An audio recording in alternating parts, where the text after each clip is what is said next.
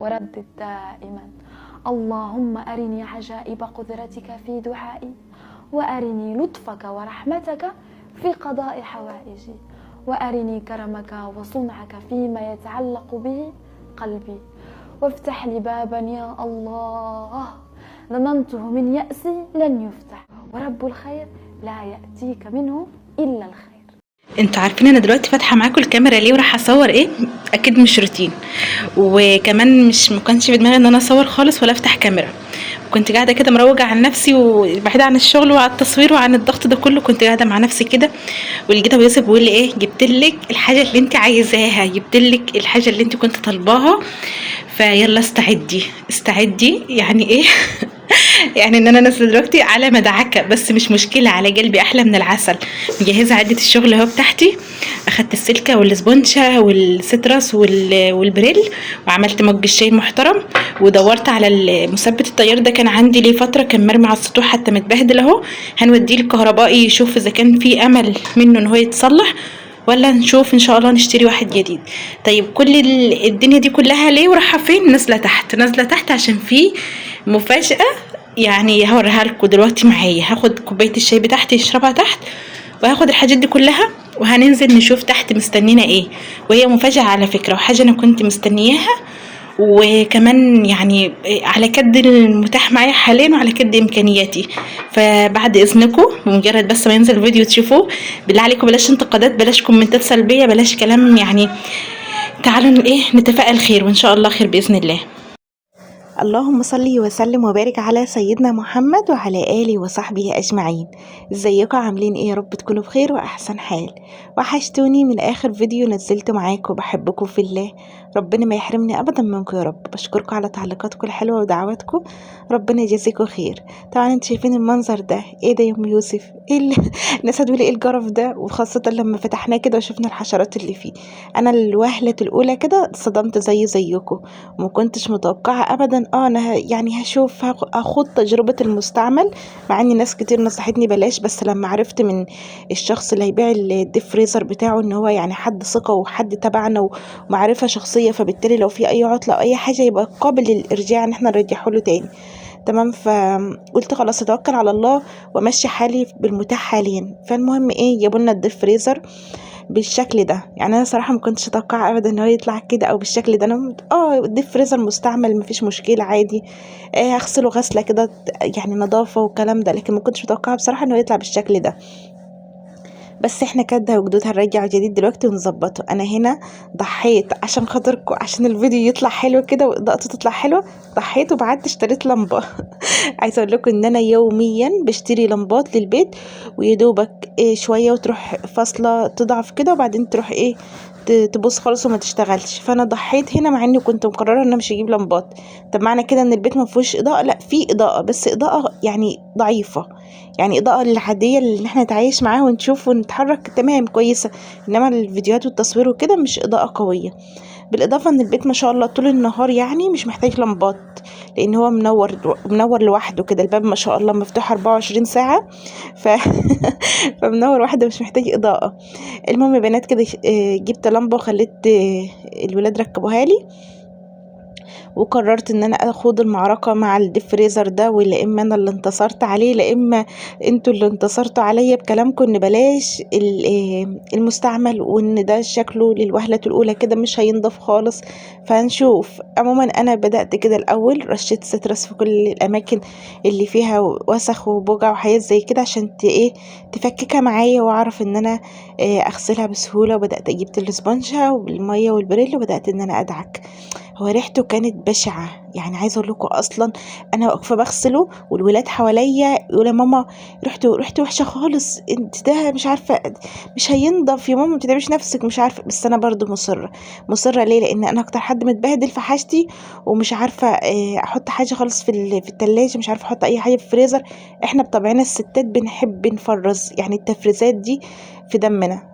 يعني مهما حاولنا نقول الخضار متوفر، الخضار رخيص، هو التفريزات مش مبدأها توفير قد ما المبدأ في الراحة لما يبقى عندك حاجات في الفريزر وتطلعي وتستعملي على طول، راحة الراحة بصراحة. ففكرة ان انت تستعملي كل حاجة اول باول، مفيش لو في فرصة ان عندك خضار او عندك فاكهة في السوق موسمها تخزنيها للعصاير، عندك لحوم عندك فراخ مش عارفة ايه، شوية طيور انت مربيها على سطوحك وعايزة تذبحيها وتحطها في التلاجة، فمفيش تلاجة تحطي فيها.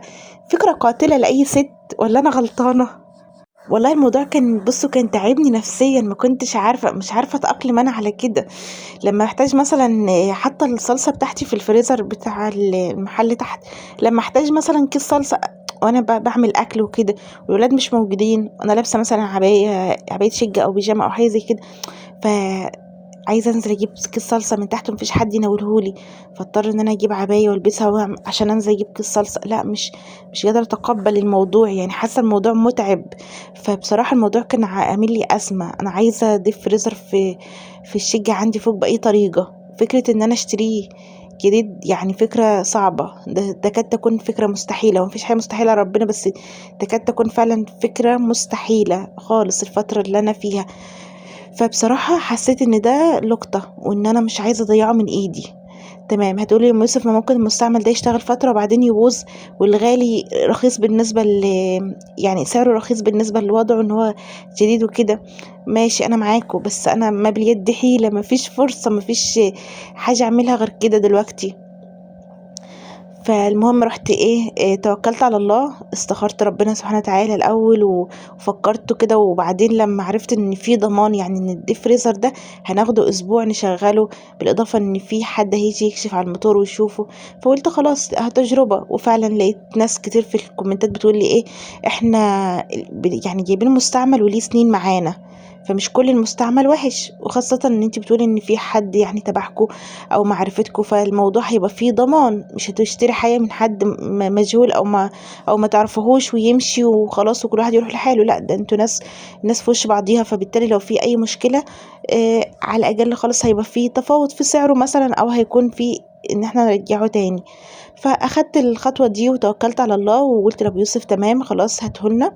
جابهولي، بصراحة اتصدمت في الأول من منظره، وبعدين قلت مفيش حاجة بتفضل على حالها، هنروج عليه ونرجعه جديد زي ما كان، وبالنسبة للريحة والكلام ده كله هننضفه ولا كأن كان فيه أي حاجة خالص. بس والله هي الريحة تقريبا كده، لان هم كانوا مشغلينه قبل ما يجيبوه عندنا، فكان في تلج بقى يعني بواقي لحمه وحاجات زي كده فيه، فلما اتساب يومين كده من غير ما حد يفتحه فك التلج اللي فيه فك فعمل ريحه مش حلوه.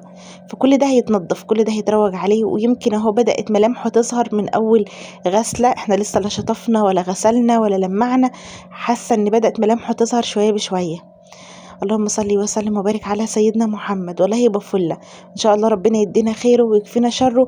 عايزه اقول لكم كمان ان احنا لسه ما اتفقناش على سعره مبدئيا، يعني هم قالوا سعر بس احنا لسه ما اديناهمش سعر فيه نهائي، يعني هم قالوا سعر لكن يمكن يكون لنا عشم شويه ان احنا ننزل شويه من سعره او كده، بس احنا ما اتكلمناش في السعر النهائي.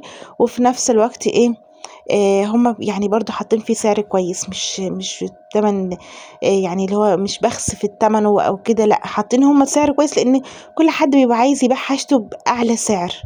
هم ملهمش علاقة مستعمل مش نظيف مش عارفة لا هم حاطين فيه سعر كويس بناء على اسعار الاجهزة اللي غليت دلوقتي، واللي ما شاء الله دلوقتي بقت في السما يعني. فاللي هو حاطين فيه سعر كويس، يعني بالنسبة لهم هم مش كويس بالنسبة لنا بالمرة. بس هعمل مضطرة والله. قلت مش مشكلة، بس اجربه، هغسله واجربه وان شاء الله خير باذن الله تعالى. يعني حتى مثلا لو تمنه مثلا ممكن ادفعه لهم على على كم، على اجزاء يعني على مراحل، بس المهم ان انا اكون قضيت مصلحتي كده، جبت الديب فريزر في بيتي وكلها سهلة ان شاء الله تتحل. المهم ان هو بس الخطوة تمت يعني. اللهم صل على سيدنا النبي. ما هي كده، بصوا عايزه اقول لكم على حاجه، هي ست البيت هي اللي بتبقى الحاجات دي بتبقى فارجه معاها وبتدبر امورها فيها وتعرف تصرف حالها، وطالما انت اللي محتاجاه فهتمشي امورك وهتدبري حالك، وان شاء الله ربنا المعين، ربنا بيقدر يعني. المهم ان انت تسعي برضو لعمار بيتك، وانا شايفه ان ده من ضمن والله عمار البيت، لان انت فعلا انت مسؤوله عن اكلهم وشربهم، وانت مسؤوله عن حاجات كتير. لما بتوفري لهم الحاجات دي كلها بترتاحي. فانا بالنسبه لي الفتره اللي فاتت دي كلها ما كنتش عارفه اوفر اعمل اكل كويس، ما كنتش عارفه اللي هو ارتب اموري. كنت اشوف مثلا الطماطم سعرها حلو كده، عايزه تتعمل صلصه مغريه، شكلها مغري، بس انا مش عايزه اعمل صلصه وما عنديش مكان اخزن فيه وكده. كنت مثلا ابو يوسف جاب لنا، اللهم صل على سيدنا النبي، مانجا، والولاد اكلوا واتبقى كام واحده وكده اهو، وانا مش عايزاهم ياكلوا حاجات مالحه كتير. المانجا موالح، فمش عايزاهم طول ما هي قدامهم مانجا كده فريش وطازه بياكلوها. فعايزه مثلا اعمل 2 3 كده عصير واحطهم في كيسه كده في الفريزر، مفيش مكان. طب الفريزر بتاع تلاجتي حاطه فيه ميه، تعرفين الصيف، وحاطه فيه حاجات كده مثلا جبنه الموتزاريلا، مش عارفه ايه الكلام ده كله. فالموضوع بالنسبه لي مأزم كان معايا انا مش اكتر، يعني انا اللي كنت حاسه بالازمه، عشان كده انا اللي كنت سعي اكتر ان انا اجيبه. كل اللي انا اقدر اقول ان ربنا يدينا خير يا رب، يكفينا شره، ونحط كده فيه حاجات الفرح يا رب، دايما نحط فيه خزين للفرح كده والمناسبات الحلوه. هنا الادراج بتاعتي برضو نفس الموضوع، انا غسلته كويس من بره من جوه، ولسه كمان همشي عليه وانشفه بفوطه قطن كده، ولسه كمان هفتحه شويه يتهوى، وهنضفه تاني مع نفسي بس بعيدا عن الكاميرا. بس ما شاء الله يعني ايه، مبدئيا كده شكله بدأ يظهر، وبدأت ملامحه تظهر، وبدأ يبان ان هو ديب فريزر. حتى الولاد لما شافوه بعد ما نضفته بيقولوا لي لا كده ظهر، ده كان في الاول شكله مجرف. طبعا الولاد في الاول كانوا بيقولوا لي لا يا ماما ده جرف، ايه ده، لا ما تاخدهوش، ده ريحته وحشه، ده شكله وحش. اقول لهم انضفه، يقولوا تنضفيه ايه ده، لو حطيتي فيه ميه نار مش هينضف، والله العظيم حرفيا كده اتجلي. فالمهم لما شافوه بعد ما نضف بيقولوا لا كويس. فتحت لهم بقول لهم في ريحه زي الاول، فقالوا لي لا. طبعا بالاضافه ان هو لما يشتغل اكيد حتى لو في ريحه بتروح، يعني هو اي حاجه فيها فريون سواء تلاجة او فريزر او اي حاجه وقفلتيها لفتره بتعمل ريحه وحشه يعني طبيعي. يعني حتى مثلا عندي لو تلاجتي فوق انا نضيفه وزي الفل، لو جيت فتره فصلتها عن الكهرباء وسبتها ومقفوله هتعمل ريحه مش حلوه. فهو بس مجرد ما يتلمع كده شويه كمان وفوطه كده فيها خل ويتعقم ويتنضف وكمان يشتغل، اكيد طبعا ايه هيبقى بالظبط زيه زي الجديد ان شاء الله. واهم من الشكل هو الشغل بتاعه، يعني ان هو يشتغل وموتوره يبقى كويس والتبريد او التجميد بتاعه يبقى حلو. فان شاء الله خير كده. ادعوا لي، ادعوا لي ان ربنا ان شاء الله يرضيني فيه، مش بعد النظافه اللي انا نظفتها له دي وبعد المجهود الجبار اللي انا عملته عشان اخليه فريزر ابن ناس، يعني لا قدر الله يحصل فيه اي حاجه وارجعه تاني. انتوا عارفين انا بقول لابو يوسف ايه، يعني اتفق كده وخلص في سعره، عشان إيه مش بعد ما نضفه واتعب فيه واروج عليه كده واخليه يبقى فريزر من الناس كده ونضيف، نيجي بعد كده نختلف مثلا في السعر ونرجعه لهم، يبقى تعب كل ده على الفاضي. فقال لي يا ستي توكلي على الله بس وخلصي كده، شوفي دنيتك فيها ايه وسهله كل حاجه ان شاء الله تتدبر. ففعلا بقول لهم يعني انا مع نفسي كده وانا والولاد حواليا بقول لهم ايه، هو المفروض لو هيتمنوه ويحطوا له سعر يحطوا له سعر على وضعه الاولاني اللي انا اخدته عليه وهو متسخ كده ومتبهدل، ما يحطولوش سعر بعد ما ينضف، لان هو شكله دلوقتي غير في الاول. يعني في الاول لو حد شافه كده الوهله الاولى يقول لك ده روبابيكيا، ده ما حدش يدفع فيه جنيه، ده روبابيكيا، فاهمين؟ فبعد ما ينضف ويلمع كده لا هيبقى مغري، هيتحط فيه سعر عالي يعني اكتر من اللي هم حاطينه. فلسه والله ربنا يسهل كده يا بنات، وادعوا لي ان ربي يشتغل معايا، انا لسه هاخده تحت التجربه، فيا رب يظبط معايا ويشتغل بجد. والله الواحد متبهدل متشرد من غير فريزر في البيت، والله هو الفريزر روح البيت. انا بعد اللي انا عشته الفتره اللي فاتت دي لا الفريزر فعلا روح البيت. فيا رب كده يظبط معايا ويشتغل ان شاء الله ويطلع كويس، وربنا يدينا خيره يا رب، يكفينا شره ويعيننا كده على سداده، على سداد ثمنه يعني، وتعدي ان شاء الله الامور على خير باذن الله تعالى. ده كده هو 5 ادراج، فبدات ان انا اغسلهم على الرخامه. هنا انا غسلت تحت عشان يبقى في مجال ان انا الميه طبعا يعني موضوع سهل بالنسبه لي ان انا اغسل وكده. وكمان قلت ان انا اصور لكم تحت عند بيت عمتي لان كلكم بتقولوا وحشنا البيت تحت، فبصراحه لقيتها فرصه. يا رب تتكرر تاني واعرف ان انا اصور لكم فيديوهات تاني. اللهم صل على سيدنا النبي. طبعا المكان يعني ليه كام يوم كده، الفريزر بصراحة جاي لي ليه يومين، فما كنتش يعني نظفته، وقلت بالمرة اغسل البيت واروج على المطبخ عند عمتي وانا بنظف الفريزر. يعني انا كنت ليه المفروض يعني يومين كنت هنزل انظف وكده، اجلت التنظيفات كلها لحد ما اغسل الفريزر وانظف بالمرة. اللهم صل وسلم وبارك على سيدنا محمد. دي اللي اسمها ايه، الرفوف الجزاز بتاعته، طبعا عشان يبقى فيه عازل ما بين كل درج والتاني، ففي رف جزاز. كمان يا بنات في رف كده بيتحط فيه اللي هو العلب او المكعبات التلج، فهو 5 ادراج. وكمان الرف اللي هو بتاع مكعبات التلج ده اللي هو في الاول هتشوفوه معايا دلوقتي. تمام، فكده ما شاء الله عليه يعني 5 ادراج، وفي ادراج عميقة كمان. فبصراحة هو مناسب كحجم كده، وسعة تخزين مناسب لبيتي ولأولادي ولعددنا يعني. يا رب يا رب يتم على خير ويكون من نصيبي فعلا، مش بعد ما نضفت وبعد ما تعبت فيه وبعد ما حطيت خلاص امل ان انا يعني هبدأ اخزن وارتب. وفكرة الترتيب في ادراج بصراحة فكرة حلوة، احلى بكتير من الديب فريزر الرأسي ده اللي هو بيتحط فيه كل حاجة على بعضها. فانا متحمسه ان انا اشغله وارتبه واحط فيه حاجاتي وابدا اشتري حاجات وافرزها فيه.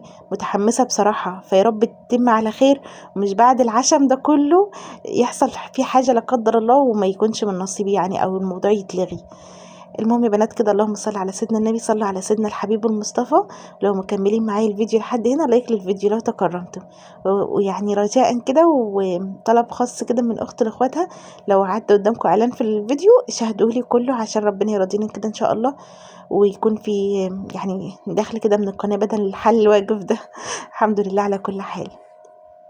والله لما بنزل فيديوهات بنزلها مخصوص عشانكم، عشان ما اغيبش عنكم، عشان قناتي اللي انا تعبت فيها وبنيتها لحظه بلحظه ودقيقه دقيقه وحته بحته كده ما تضيعش من ايدي.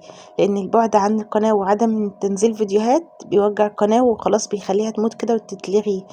فانا بنزل والله فيديوهات عشان كده، انما لو على الارباح والدخل والكلام ده كله فانا اوفر لي بجد ان انا لا اشتغل ولا انزل ولا احمل اشحن باقات نت ولا الكلام ده كله. فرجاء كده، ويعني انا مكسوفه اصلا وانا بطلبها منكم، بس معلش عشان خاطر تعب سنين اللي انا تعبت فيه ده ما يضيعش هباء كده. نتفاعل شويه مع الفيديوهات، حط لايك، نشاهد الاعلانات، نشير كده يعني. اللهم صل على سيدنا النبي. بمرة كده روجت على المطبخ وغسلته. البوتاجاز هنا بيبقى فيه طبعا من مسكة الايدين وكده بيبقى فيه دهون على الايد بتاعة البوتاجاز، وعلى كمان مفاتيح الغاز والحتة دي كلها الجزاز بتاع البوتاجاز يعني. فرشيت رشة سترس بالمرة كده وبدأت ان انا اغسله. لا يقول لي البوتاجاز بالخرطوم والتلاجة بالخرطوم والخشب بالخرطوم، والله احنا مصريين جبارين. احنا بنغسل كل حاجة بالخرطوم، والحاجات ما شاء الله عليها عمرها الافتراضي بيزيد.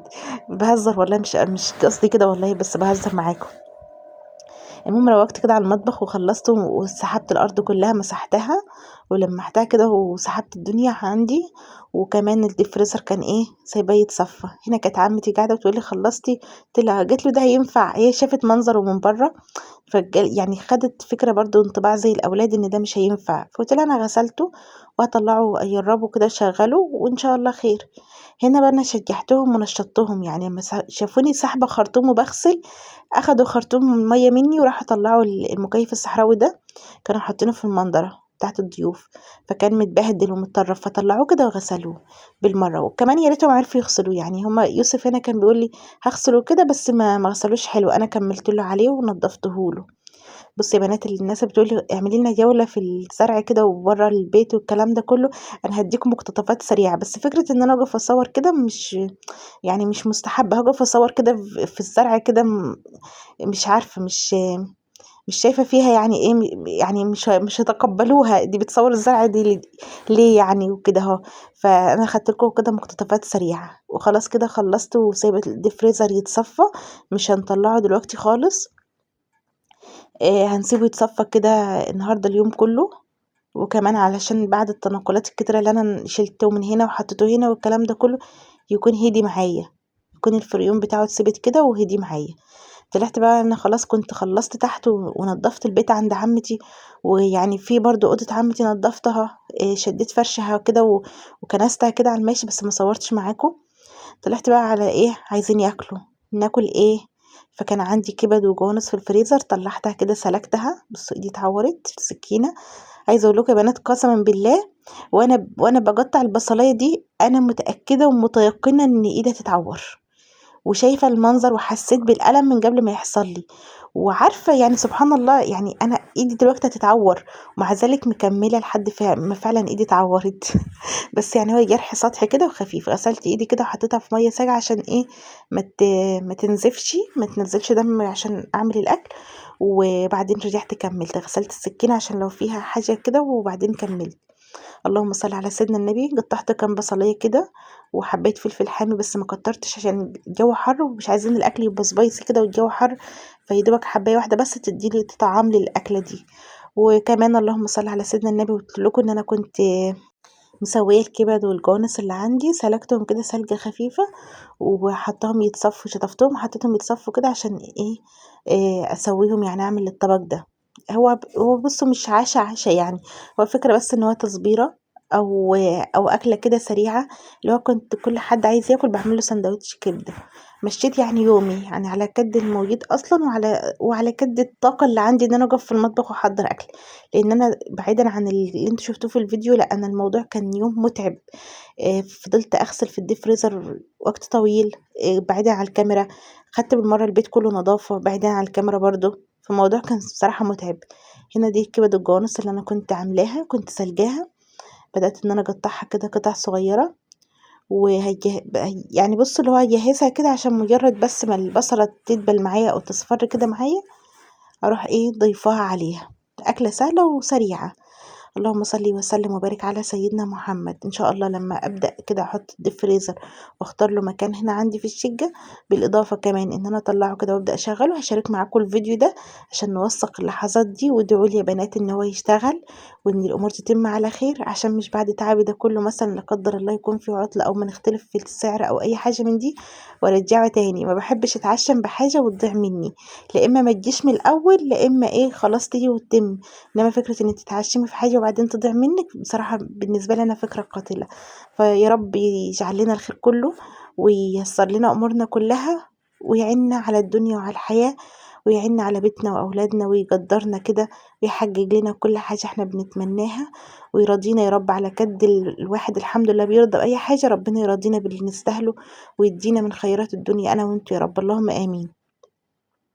ضفت الكبدة كده والجلوب والجوانص كلها كده ميكس كده كله كده مجمعاه، كنت في كيسة كله ضفته على البصلة والفلفل، رشة فلفل اسمر ورشة ملح، وهحط عليهم طماطميتين كده بس يلموا لي الدنيا يعني، اللي هو يلموا لي كده البهريز بتاعت الكبدة والحاجات دي كلها اللي هي بتبقى ماسكة في الحلة او في الطاسة، وكمان تعمل لها صوص كده خفيف وخلاص كده الاكله خلصت. يعني هو بس عملتهم كام سندوتش كده، الولاد كل واحد اخد سندوتش مشى حاله بيه وخلاص والحمد لله يوم وعدى على خير. اتمنى فيديو النهارده يكون عجبكم وان شاء الله تشوفوا معايا الديب فريزر بعد ما يطلع ويشتغل، وكمان هستنى رايكم على الفيديو ده، ويا رب كده يرضينا ويرضى عننا ويدينا كل ما نتمنى، وكل حاجه تيجي واحده بواحده، مفيش حاجه تيجي مره واحده، والحمد لله بناخدها خطوه بخطوه وربنا يرضينا في اللي جاي ان شاء الله. كده اكون خلصت فيديو النهارده، اتمنى الفيديو يكون عجبكم واتمنى تكونوا كملتوه كله للاخر معايا، ما كنتش بكلم نفسي في اخر الفيديو عشان الحته دي بصراحه ساعات بتعملني ده اسمها بتخليني وانا بمنتج الفيديو بقول انا بكلم نفسي، مفيش حد اكيد كمل الفيديو للاخر. اشوفكم على خير، مع السلامه.